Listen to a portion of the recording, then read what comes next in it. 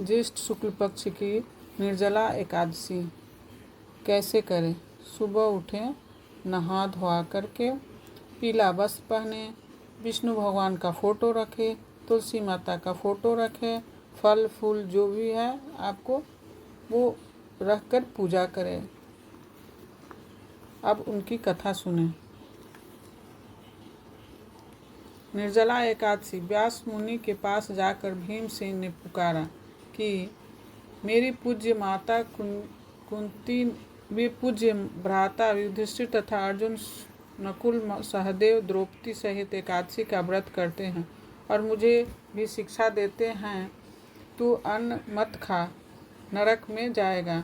आप विचारिए मैं क्या करूं। 15 दिन के बाद ये एकादशी आ जाती है और हमारे घर में झगड़ा उत्पन्न हो जाता है कि मेरे उदर में अग्नि का निवास है, उसे अन्न की आहुति न दूं तो चर्बी को चाट जाएगा। शरीर की रक्षा करना मनुष्य का परम धर्म है, अतः आप ऐसा बताइए जिसमें सांप भी मर जाए और लाठी भी न टूटे, अर्थात ऐसा व्रत करो जो वर्ष में एक दिन करना पड़े और मन में व्याधियों का नाश करने वाला हो। 24 एकादशियों का फल उसके करने से मिल जाए और मुझे स्वर्ग में संबंधियों के साथ ले जाए। व्यास जी बोले, ज्येष्ठ शुक्ल पक्ष की एकादशी का नाम निर्जला है। ठाकुर जी का चरणोदिक वर्जित नहीं, कारण कि वह तो अकाल मृत्यु का हरण करने वाला है।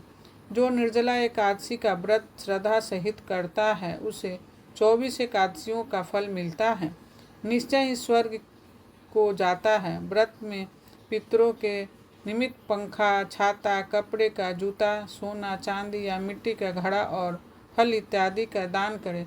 मीठे जल को प्याऊ लगा दें, हाथ स्मरणीय रखें, मुख से ओम नमो भगवते वासुदेवाय, इस 12 अक्षरे महामंत्र यही है।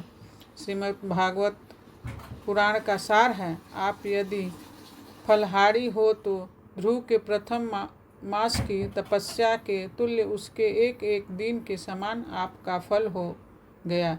यदि आप पावन आहारी आज रहो सको तो ध्रुव का 6वें मास की तपस्या के समान फल होगा।